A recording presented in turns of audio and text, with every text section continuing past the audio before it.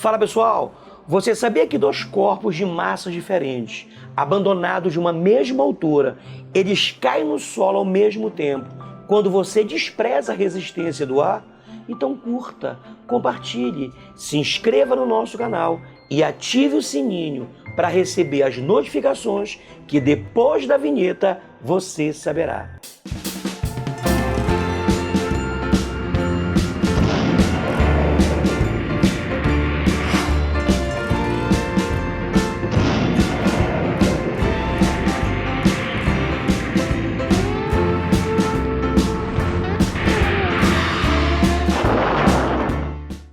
Fala pessoal, a gente vai fazer agora uma revisão de queda livre. O movimento de queda livre, ele foi estudado no século XVII pelo físico e matemático italiano Galileu Galilei. Então veja bem, o nome do movimento é queda livre. Queda porque o corpo cai, livre porque esse movimento ele é livre da resistência do ar. Então, quando você estuda o movimento de queda livre, a gente está desprezando a resistência do ar.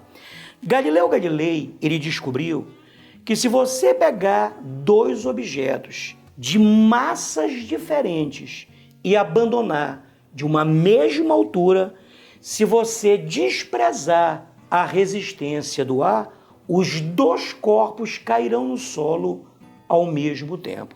Tá certo?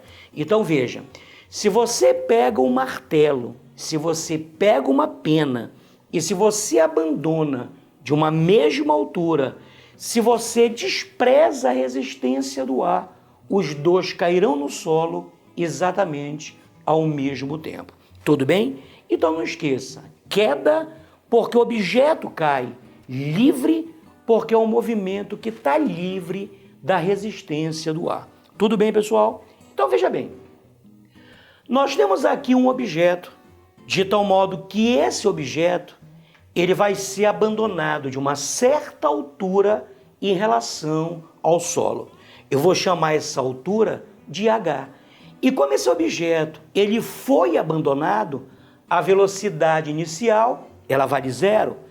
Então na hora que você lê a questão, há uma diferença entre você abandonar um objeto e você lançar um objeto. Se você pega um objeto e lança verticalmente para baixo, então ele tem uma velocidade inicial. Agora, se você abandona um objeto de uma certa altura, objeto abandonado, então a velocidade inicial ela vale zero. Tá certo? Pessoal, a gente sabe que esse objeto ele cai sob a influência de quem? Do nosso campo gravitacional. Esse objeto ele vai ficar dotado por uma aceleração chamada de aceleração da gravidade. A aceleração da gravidade ela varia tanto com a altitude quanto com a latitude. Mas quando você pega pequenas alturas em relação ao raio da Terra, a gente considera a aceleração da gravidade praticamente constante. Tudo bem? Então, para pequenas alturas em relação ao solo, a gente considera a aceleração da gravidade praticamente constante. E pessoal, se você considera a aceleração constante, então quer dizer que esse corpo ele descreve um movimento uniformemente variado. Então, a gente trata o movimento de queda livre como se fosse um exercício de movimento uniformemente variado. Não esquecendo que a principal característica desse movimento é que a aceleração escalar ela permanece constante.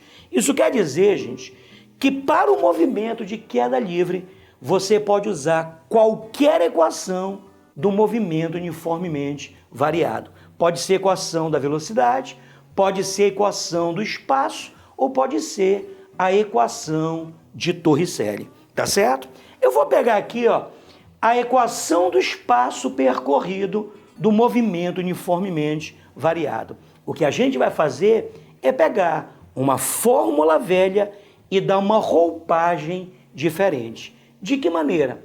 Aonde aparece o ΔS, que é a variação do espaço, a gente troca por H, pela altura.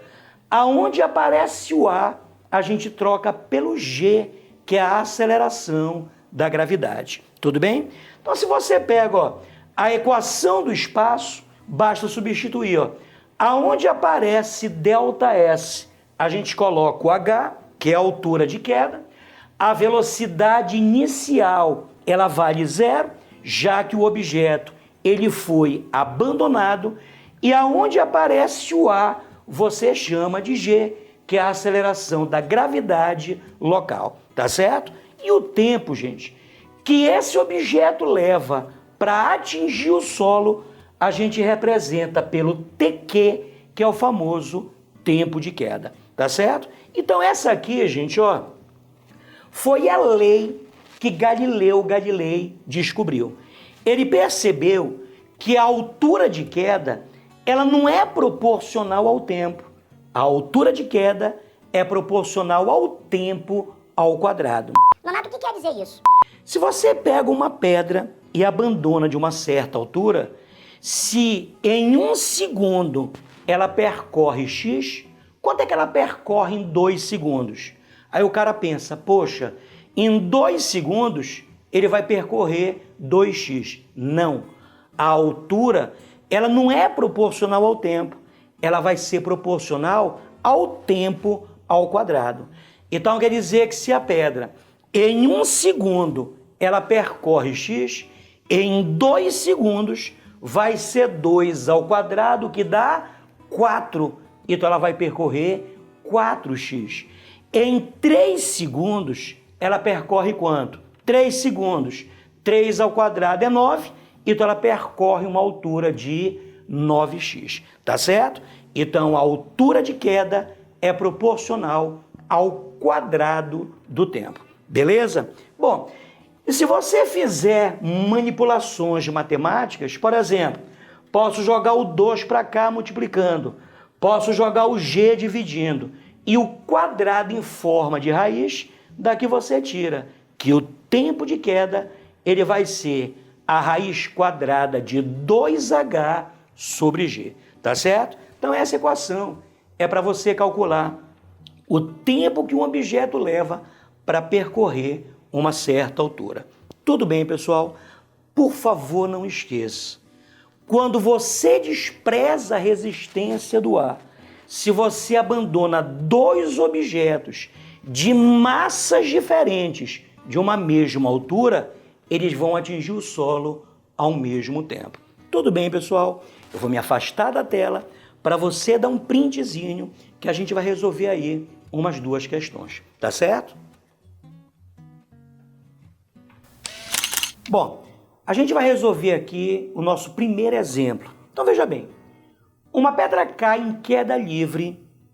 Então se é queda livre, livre da resistência do ar, de uma altura de 45 metros em relação ao solo, considerando g igual a 10 metros por segundo ao quadrado, determine.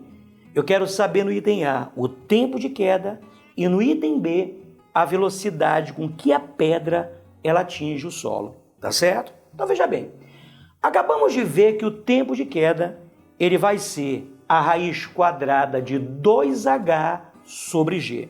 Você fala assim, Nonato, eu não consigo decorar as equações. Não te esquece, pessoal.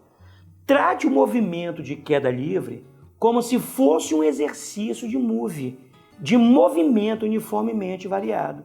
Então veja qual é a equação que esses dados que você tem aqui, eles conseguem se encaixar, tá certo? É claro que você pode fazer o que eu fiz, deduzir que você vai chegar nessa relação. Então, o tempo de queda é a raiz quadrada de 2h sobre g. Então fica, olha, a raiz de 2 vezes a altura. A altura de queda vale 45 metros, a aceleração da gravidade local vale 10. Aqui 2 vezes 45 é 90, dividido por 10, posso cortar 0 com 0, raiz quadrada de 9. A raiz quadrada de 9 vale 3 segundos, tá certo? Então essa pedra, ela leva 3 segundos para atingir o solo, beleza? Agora, como é que se calcula a velocidade dessa pedra ao atingir o solo? Lembra que eu disse? Queda livre é um exercício de move. Então você pode pegar qualquer equação do movimento uniformemente variado, como por exemplo, ó, a equação da velocidade. Não te esquece que na queda livre o objeto é abandonado, então a velocidade inicial ela vale 0. Aqui, no lugar do A, a gente coloca o G, que é a aceleração da gravidade, e esse tempo é o tempo de queda, beleza? A gravidade, a aceleração da gravidade vale 10, tempo de queda a gente encontrou aqui, ó, vale 3 segundos, então a velocidade dessa pedra ao atingir o solo vale 30 metros por segundo. Tudo bem? Eu vou me afastar do quadro para você dar um printzinho aí para você refazer a questão. Bom, vejamos agora mais uma questão, só que agora é uma questão um pouco mais bem elaborada. Então, olha só. Uma torneira mal fechada pinga a intervalos de tempos iguais. Então, veja. O segredo da questão é esse aqui, ó. Intervalos de tempos iguais. Olha só. A figura a seguir mostra a situação no instante em que uma das gotas está se soltando, supondo que cada pingo abandone a torneira com velocidade nula, que é o que caracteriza a queda livre, e desprezando a resistência do A, determine a razão A sobre B. Então aqui você tem a figura, ó. Aqui você tem a situação em que uma gota ela está se desprendendo da torneira e ele quer saber quanto é que vale a razão entre essas duas alturas, né? A razão entre A e B. Então veja bem, segredo da questão é que a torneira pinga em intervalos de tempos iguais. Isso quer dizer, gente, que se esse tempo daqui para cá ele vale T, esse tempo daqui para cá, logicamente, também vale T. Ela pinga em intervalos de tempos iguais, tá certo? A gente acabou de ver que na queda livre, a altura de queda ela vai ser dada por G tempo de queda ao quadrado sobre 2. Então, bora lá. Bora calcular primeiro essa altura B. Então, a altura B, B é a altura, vai ser igual a G tempo de queda. Só que para essa altura B, o tempo de queda vale Tzinho. Então vai ficar Tzinho ao quadrado sobre 2. Daí eu não posso mais fazer nada, beleza? Bora calcular agora essa altura A. A altura é G tempo de queda ao quadrado sobre 2. Então bora lá. A, que é a altura, vai ser igual a G tempo de queda. Só que para essa gota aqui, ó, o tempo de queda, quanto é que vale? 2t. Então, esse tempo de queda é 2t ao quadrado sobre 2. Só que 2t ao quadrado, quanto é que vale? 4. Então, fica 4gt ao quadrado sobre 2. Tá certo? É claro que se você quiser fazer a divisão aqui, não tem problema. Mas eu vou deixar do jeito que está aí, beleza? Então, bora lá. Quanto é que vale A? A vale 4gt ao quadrado sobre 2. Quanto é que vale B? Gt ao quadrado sobre 2. Como eu quero a razão, o que é que eu faço? Basta eu dividir membro a membro essas duas equações. Então, veja, olha, gt ao quadrado corta com gt ao quadrado. E no final, o que é que sobrou? 4. Então, essa razão A sobre B, ela vale 4. Tudo bem, pessoal? Tá certo? Até a nossa próxima revisão, que vai ser a revisão de lançamento vertical. Até o próximo vídeo. Um grande beijo.